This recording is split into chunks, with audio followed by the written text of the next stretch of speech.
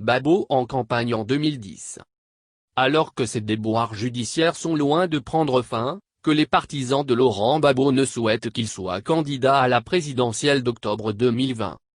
Après le Tompki et du Ekwe, ce sont les fédérations du Front populaire ivoirien de Gagnoa dans la région du Go, centre-ouest, qui portent leur choix sur l'ex-président ivoirien. Selon ces dernières dans une déclaration, vu que les qualités de leur mentor est d'homme émaillé de paix et d'ultime conviction que la réconciliation nationale est d'une utilité indéniable dans l'intérêt supérieur du peuple de Côte d'Ivoire, il doit être candidat et d'ajouter.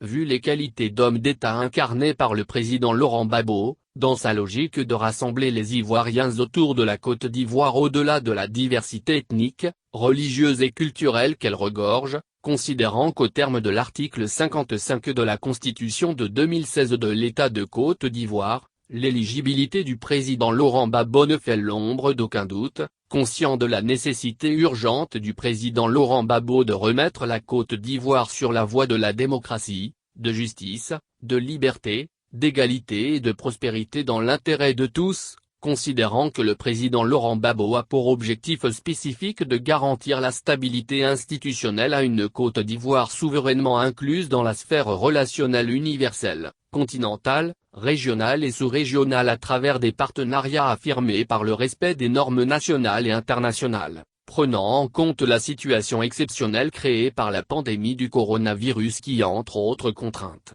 limite les possibilités de grands rassemblements, tels que le Congrès extraordinaire. Les fédérations du Front populaire ivoirien, FPI, de Gagnoa commune, Gagnoa sous-préfecture, Ouragayo Bayota, Guiberoua Dinyango Galébré, Guidiga, appellent officiellement et solennellement à la candidature du président Laurent Gbagbo à l'élection présidentielle de 2020, lancent les fédérations su indiquer.